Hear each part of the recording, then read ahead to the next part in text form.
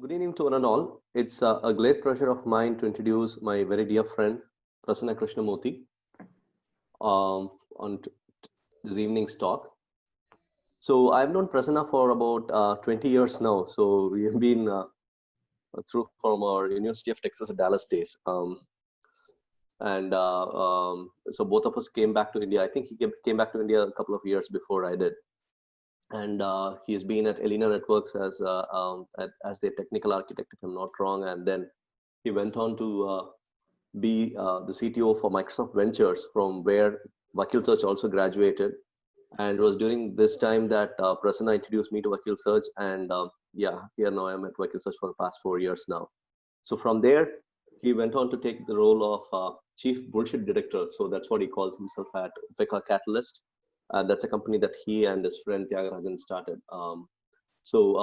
They primarily do value SaaS, and value SaaS is something that I would like Prasanna to tell you what's it all about, business vanity SaaS. So when he gets started. So without further ado, I'll pass on to Michelle. And Prasanna, it's a great pleasure to host you. Pleasure to be here. Thank you, Raj. And hello, Prasanna. Thank you so much for taking the time out and for joining us here today. Sure. We have our team members at Vakil Search who've tuned in and are looking forward to hearing from you on the topic hierarchy of business value. So over to you, Prasanna, followed by which we'll have a Q&A session. Thank you. So I'll just jump in straight in. I've like Raj said, I know him for 20 years. Someday, if you guys want to have a good laugh with Raj, you should ask him his experiences with Russian vodka. Privately, not in the Zoom call. So I've been most recently, before I started Upeka, I was at the Microsoft Accelerator, which is where I met Rishikesh and how I introduced Raj there as well. So I've worked with a ton of startups, mostly B2B, mostly focused on global markets. Most of them are based in India. The founders are from India. But they sell their products globally, right? So most of the things that I'll tell you today will be, from that perspective. So my experience is that I've done a couple of B2B startups myself. So interestingly enough, Rajkumar's one of his previous companies was the first customer for my startup in 2005 as well, right?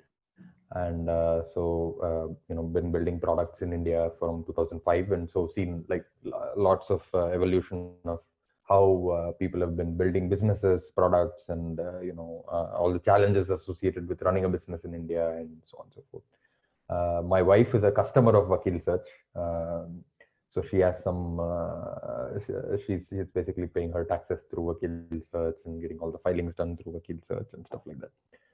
So one complaint she had was that some of the emails get mixed up in Gmail, and the tax mail for May and the tax mail for March are in the same thread or something like that. Right? So she said I should tell you guys that and get it fixed. Right? But so anyway, so done a bunch of stuff. Right now working with about 100 founders, 50 startups, 48 startups.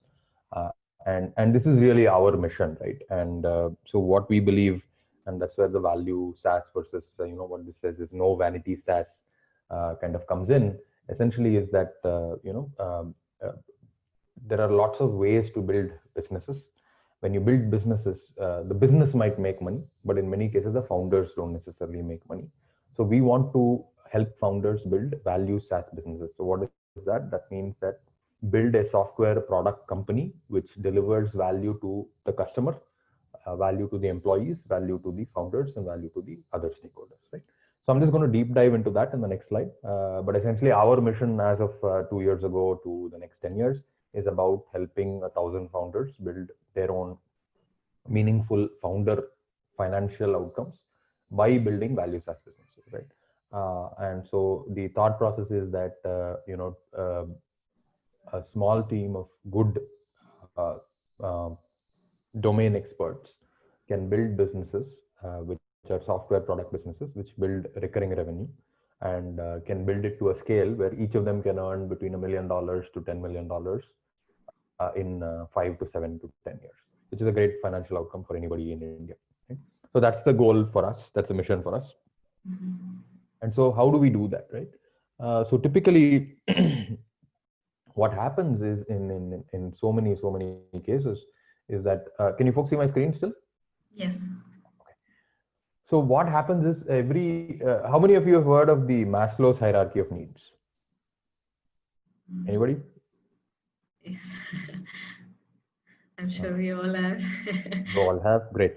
So the Maslow's hierarchy of needs is something for a person, right? So what you do and what you want, and typically on that hierarchy of needs, you start with the basic needs for a person is like food, shelter, air, water, all of those kind of things. Then you move up into housing, then you move up into community, then you move up into self-actualization, right? So if a person doesn't have food and shelter, then obviously they can't be thinking about how do I become a better person, right? I just want to fill my next need, right? So what we've done is we built a hierarchy of B2B needs. So what is a business need, right? And I'll walk you through it and give you some examples, and then we'll take questions as well. And the reason why we do this is you have to understand where your customer is in their hierarchy of needs. And one of the biggest mistakes that founders make, people make when selling something is if you don't understand where the customer is in their hierarchy of needs, it's like going to a starving person and saying, hey, do you want an MBA? It's not going to work, right? Or you're going to a starving person and trying to sell them poetry. Not going to work. You're going to a starving person and trying to sell them meditation. Not going to work. Right? Or you're going to a person who's basically saving for their retirement and you're asking them, hey, do you want to become happier? And they're like, I just need to earn money and save for my retirement. I can't think about happiness until that. So that security need is much more important than a higher level need of happiness, right? So if you don't understand as a business, Vakil Search as a business, you have businesses as customers. If you don't know where in the hierarchy your customer is at that particular moment in time, and if you're not able to provide them something that addresses that need, then your sales process will be very, very inefficient, right? So what we try to do with our startups is make sure that they understand where in this hierarchy of needs the customer is, and therefore position their products to them or their offering to them to match where in that hierarchy of needs they are. So therefore the sales process can be much more smoother. Or you can say, looks like you are in a place in your hierarchy of needs where we can't really serve you very well. Why don't you go to this person who might be able to serve you a lot better, right?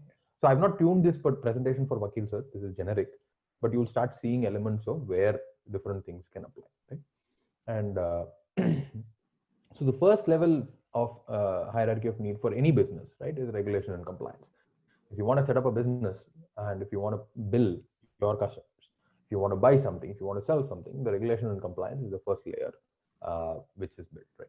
And typically, if you look 10 years ago, 20 years ago, or even today, how do you make a regulation product decision? So let's say I'm setting up a business and I want to understand what I need to do from a regulation and compliance perspective. In 90% of the cases, I am not going to trust myself to make the decision because I have no expertise in this, right? So what I would rather do is defer to an expert. So I will say, let me ask my friend who already has a business, been running it for 10 years, or let me ask a professional for what product they would recommend that I adopt, or what service that they recommend I adopt to solve my regulation and compliance needs, because this is such a basic need. And if I make a mistake in this, it might prove fatal for my business. So I don't want to make this decision myself. So for the large part, Tally was never sold by somebody going into a store and buying Tally. It doesn't happen, right? What actually happens is you ask your CA. So you start a business, you ask your CA, hey, what should I do for accounting? Somebody tells me that I should be doing accounting. I have no idea what that is. What do I do? And that person will say, oh, talk to a CA. So then I go to a CA. That person will recommend me saying, my CA is this person, go to this person. I go to that person. I say, well, what should I do? And they'll say, oh, buy Tally. And I'll be like, okay, I'll buy Tally. Is that enough? That's the way the decision is made, right? Today with the internet, what's happening is that is getting slightly different. If I'm a little bit sophisticated, I might search myself for how do I sort out my regulation and compliance, and I might find posts by others who I hopefully have the credibility as an authority with me, and I might pick those as my service providers. But for the longest time, for anything in regulation and compliance, the person that I ask, what should I buy in this, is actually a professional or somebody with very high credibility, right? So you have to think about, as a Vakil Search customer, they are coming to you for regulation and compliance. Now, if I am going for regulation and compliance to somebody and they have a really, they just look very disorganized, right? Let's say I'm going to a CA and that person looks very disorganized. That person makes, mistakes in their emails to me, or in how they communicate to me, or what they say, or in the way they're talking about things. They make mistakes, right? I will very, very quickly lose trust with them, number one. Number two, I will not recommend that person to anybody, because regulation and compliance is something where the person who's delivering it must feel trustworthy, not just be trustworthy, right? So the hierarchy of needs is also interesting, because when you are buying food from someone, the way you look at them is very different from when you're buying a house from someone, or when you're buying a luxury product from someone. If you're buying a luxury product from someone and the person looks poor, it's very unlikely that you're going to buy that. So the reason why a luxury brand will not put a store in a average mall is because they want that surrounding to also look luxury, right? Because then only customers who come in will feel that luxury and be okay paying 15,000 rupees or 50,000 rupees or 1 lakh for a wallet or a necklace or whatever, right? But if they go to that same shop which is like in the middle of a very average kind of a mall, you're not going to feel luxurious by looking at it, and you're not going to buy it. So that matching of the customer's mindset in their hierarchy of needs to what you are selling has a lot of implications for how you sell as well, right? Not just what you are selling, right? So then we move on to revenue and revenue growth. So I've set up my business. What do I need next? I need revenue, right? So I'm going to buy things, products, services, whatever, which will help me get revenue. Right? So very classic thing, I'll go and put my, again, 30 years ago, 40 years ago, I'll go put my ad in the Yellow Pages. I am a XYZ service person. So I'll go put my ad in the Yellow Pages, or I'll go put my ad in Just Dial or wherever, so that I start getting business. Or even if you go even further back and I have a shop, I literally put a billboard outside saying, hey, this is my shop, please come in, buy from me, right? So revenue growth is very, very critical. The next thing on the hierarchy is profit and profit growth, because anybody who starts a business understands that they can't make a profit in the first year. They will make a profit eventually, but profit is coming after revenue, right? So now this is very interesting, because do you know whether your customer is interested in revenue or profit or both, right? So if you think about a fast growing market, so let's say in India, pretty much any business that you take before COVID, that business would have been growing anywhere between 10 to 15% year on year from a revenue perspective without doing much, because the market itself is growing for almost everything at a 10 to 15%, right? When that happens, how well can I estimate my costs? I can't even estimate my costs really well, right? So what happens in that perspective is I'll be, I don't even know whether I'm going to grow 10% this year or 20% this year or 17% this year or 16% this year. So my modeling of my profit is very poor. So I won't be able to tell you how much profit I'll make, because I might have to hire a whole new team to take care of that growth. And maybe the team gets hired 1 month early, in which case I'm paying 1 month more salary. But because they got hired 1 month early, I might actually have more growth, right? Versus I hired them 1 month late, so my costs are a little less, but my growth was. So this is all very hard to model, right? So in a fast growth economy, typically revenue and revenue growth is what your customer is buying, not profit or profit growth, because they don't even know how much profit they're going to make next year. So if you pitch them saying, I will save you money, they're going to be like, look, dude, I don't even know how much money I'm going to make. I don't even know how much it's going to cost. So at the end of it, do I know whether you saved me money or not? I don't know. So why would I buy a product that saves me money? I might not, right? Versus take a space like oil and gas. Oil and gas kind of sectors don't grow much at all. They're growing 1% year on year, 2% year on year. They know exactly what their costs are going to be next year. They know almost exactly what their costs are going to be next year, what their revenue is going to be next year. Now, if you tell them, look, last year in this particular budget item, the cost was so much, I can help you reduce that by 5%, so that your profit goes up by, 2% or 1% or 10% or whatever it is, they will buy it, because they know in their segment, they can't grow their revenue by more than 1 or 2% the market is growing. They can't grab market share from someone else. It's very hard to do. These are all like very, very steady sectors, go and try to sell them profit and profit growth, saying do these things, reduce your cost, improve your profit, they will buy it, right? Another classic, so we'll look at the next one, and then there is productivity, right? So this is a classic example, right? So a lot of people try to sell productivity, right? And so just take this example, right? So if you go to a store in India, any retail store in India, right, for the most part, and if you try to tell that person, hey, you run a retail store, you have a cashier, every day the cashier spends 1 hour totaling everything and closing everything, right? So if they're spending that time, do you want them to save that time? We have a product which will help you save that time, right? If you try to sell that product, I can almost guarantee you that people will not buy. The reason they will not buy is productivity of that person is not important in the grand scheme of things, because actually that cashier is sitting there all day doing nothing, or for the most part doing nothing, right? So if you save that cashier 2 hours at the end of the day when there are no customers, they don't have any other work anyway, it's not useful for the business to make that person more productive, right? Versus if you go to the US, or if you go to a shop where it's like super busy, and the cashier is literally the bottleneck for that revenue coming into the business. There, if you provide productivity, it works, right? Or you go to the US and a team, right? The cost of a team is extremely high. The cost of a single resource is extremely high. And their bottleneck is, if I have to grow, I have to hire more people. But I cannot hire more people because A, people are very expensive, and B, hiring people is incredibly difficult. There, if you say, hey, I can save you 2 hours a day or 2 hours a week, people will buy that product.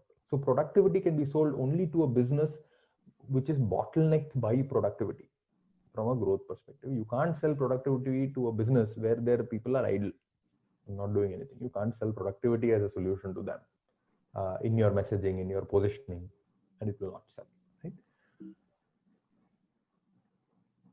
The next is future growth. So once like people have a business, it's doing well, there's predictability in the revenue growth, predictability in the profit, predictability in the productivity, then they're thinking, how do I make more revenue next year? How do I make more profit next year? So they start making investments upfront to do those things, right? So this should not be confused with revenue growth. So revenue growth is like now, this week, this month, next month, can you get me more revenue? Can you get me to grow faster, right? Grow faster than my competitor, grow faster than my market. Can you do all that stuff? Future growth is about next year. What 2 years from now, what do I need to invest in today that can help me beat the market, do new things, maybe even change the business line completely, and so on and so forth, right? And finally, brand, right? So brand becomes an asset and an investment that can help you with all of these things, future growth, all of these things, stabilize it, improve your valuation, all of those kind of things, right? So brand finally becomes a very high part of the hierarchy. And that's why a lot of companies which are struggling, right, will never invest in brand because they can't afford to, because their mental model, they're very low in the hierarchy. So if they're very low in the hierarchy, there is no way that they can be thinking about how do I invest in brand, right? So a lot of times folks, especially who come out fresh out of management school and stuff like that, right, when they look at some companies, they're like, why are these companies not investing in brand? Why are they not investing in advertising, positioning, and all those things? Because all of those are in the future growth in the brand category, which is very high up in the hierarchy of needs, versus that business might actually be struggling to survive this quarter. They don't have enough top line this quarter or the bottom line this quarter to even survive for 6 months more or 12 months more. And their visibility is always way below in this hierarchy of needs, right? So I think that's taken about 20 minutes. So I'll just kind of stop here. I know there were some questions, but I'm hoping that this kind of made sense. So just to bring it back to the Vakil Search context, if you want to associate with your customers and they are serving a regulation and compliance need, then there are many things that you need to do from a credibility perspective, from a positioning perspective, and from a timing perspective for your customers to be in that mindset to buy from you vis-a-vis the other choices that they have in the market. You should understand whether your customer is in a productivity mindset or a revenue mindset, if you are, or a profit mindset. If you are pitching your customers saying, I will make you more productive, you better make sure that who you are pitching to cares about productivity, because they've actually solved the revenue and the profit side of it. If your customer is in the revenue part of it, and if you are telling them, I will save some time for you, that may not be a pitch that resonates with them. But if you tell them I'll save some money for you, that might be a pitch that resonates with them, right? And when you are building products and when you are building offerings, if you are able to build offerings on different levels of these this hierarchy, and you're able to position it towards different levels of this hierarchy, you will be able to kind of navigate that better, and your loss rate from a sales perspective might go down because you understand that this customer cares about revenue. So I'm going to pitch them my same offering, but in a positioning which feels like it will help them improve their revenue, right? Or help them improve their profit, or help them improve their productivity. That tuning, if you do, that conversation with that customer will be much better for you and them. Thank you so much. As rightly as you mentioned, yes, positioning is going to be very key and critical. And having said that, Prasanna, so maybe, this is the time now today, where almost everyone's really looking to reinvent their strategies and roadmaps, primarily during this COVID-19 crisis. So how do you see that, we can evaluate performance and strategies using the business value hierarchy? Right. So again, it's not about where we are, right? It has to be about where the customer is. So if you look at a lens of which customer segments are doing well, which customer segments are not doing well, which segments are having what kind of problems, right? Then you can tune your offering better for that. What I mean by that is today, organizations are trying to go remote, for example, right? Do you have something in your positioning or your offering which actually helps with that, right? So where does that come in the hierarchy of needs, right? Today, there are companies which have lost 25% of their revenue, right? Today, there are companies which have almost lost their profit is completely wiped out, right? So what mindset are they going to be in, right? So when you are selling something to them, what should you be selling to them, right? So today, in the past, your pitch may have been productivity, right? But is productivity what is on top of their mind today, right? So you can use this to say, look, everybody has come from all of these things to survival, right? Survival is even below this, if you will, right? So literally everybody just fallen in the hierarchy of needs. They may have been, the best brand making lots of profits in the restaurant business. Today, they don't know whether they will be able to open their restaurant. Today, they don't know whether they will be able to shut down their business, right? So you can't go to them and say, I'll make you more productive. It's going to be very, very jarring for them, right? So you have to tune your messaging, positioning, offering with empathy for that customer, knowing where they are in this hierarchy of needs will get you much better results. On the other hand, if you look at, say, an IT services company or a IT product company that's selling in B2B, many of the startups that I work with are actually doing better than before because they are helping people go remote and stuff like that, right? So for them, if you go and say, hey, we'll help you with productivity, right, it will still resonate. Right? For them, if you go and say, hey, we'll help you with survival, they'll be like, what are you talking about? We're doing way better than we were in March. Also, Prasanna, so just to understand this a little better in terms of the behavior, what behavior would you recommend for someone maybe speaking to customers, and how do we specifically understand, what the customer's needs are? Right. So, yeah, very good question, right? Because customers may not necessarily tell you what they're feeling, right? So the good part is that you guys have, some degree of, not for your prospects, but for your customers, you have some degree of insight into their business. So if their revenue has gone down, for example, or if their billing has gone down, or if their number of invoices they're sending out have gone down, or if their receivables have gone up and stuff like that, these are things that signals that you should be able to pick up, right? Or vice versa, if it's gone up and stuff like that, right? That could, I won't name the company, but one of the B2B companies that I work with, and you are a B2B company as well. One of the B2B companies I work with, they actually looked at each customer, saw whether that industry was impacted, saw whether that geography was impacted, saw how it was impacted, and then they sent out a personalized mail from the account manager saying, hey, you are a restaurant business and you're in this place. It looks like, you're in lockdown. Please let us know if there is something that we can do to help you. And if you want, our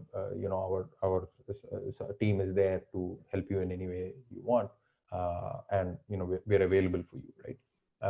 And in some of those cases, they even offered in cases where they knew that it was like super impacted. They said, look, we'll defer your monthly recurring charges for 3 months, or and actually did or gave them a discount for 3 months and stuff like that, so that even before the customers asked, they said, we'll give you that because you're hurting, the space you're in is hurting, so can we do something for you, right? So today the technology exists and the data exists for us to be able to figure that out without actually having to speak with the customers, right? And you have the data, right? But from a prospect perspective, if somebody is coming in today and asking you for things, you should sensitize everybody to talk about what is the impact on their segment, on their market, on their network, on their customer network, or whatever it is, so that information is coming in from the prospect during the conversation with your salesperson or marketing person, and capture that in the CRM, so that that sensitivity training from your perspective is done, so that nobody is actually pushing somebody to do something which may not be like possible given the times that we are. Okay. I think, Prasanna, since we are running out of time now, so maybe I'll just take one more last question for you, Prasanna. So what would be some of your suggestions and innovation insights during this time to close the value gap where we could look at increasing revenue and profitability, and what value measurements would one need to really capture and track? Right. So one of the questions that my mentor asked me is a very interesting question. It's basically asking, what can you do today that you could not do in March as a business, right?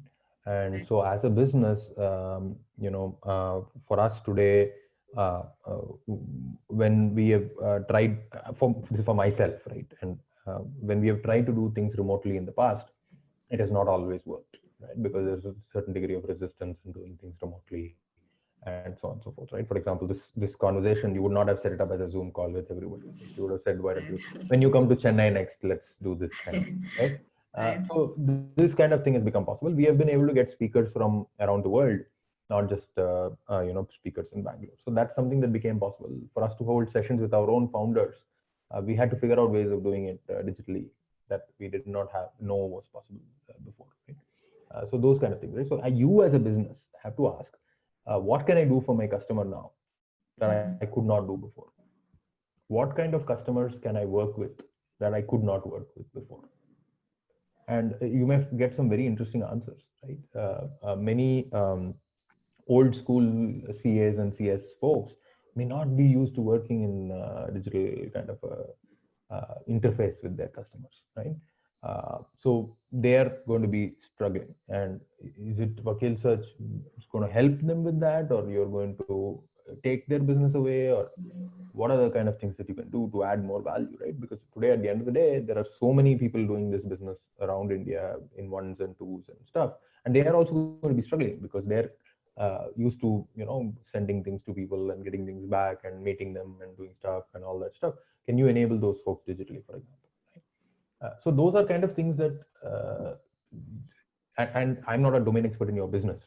So each of you can ask yourselves the question. This is both in a personal capacity and in a business capacity. What can I do today that I could not do before?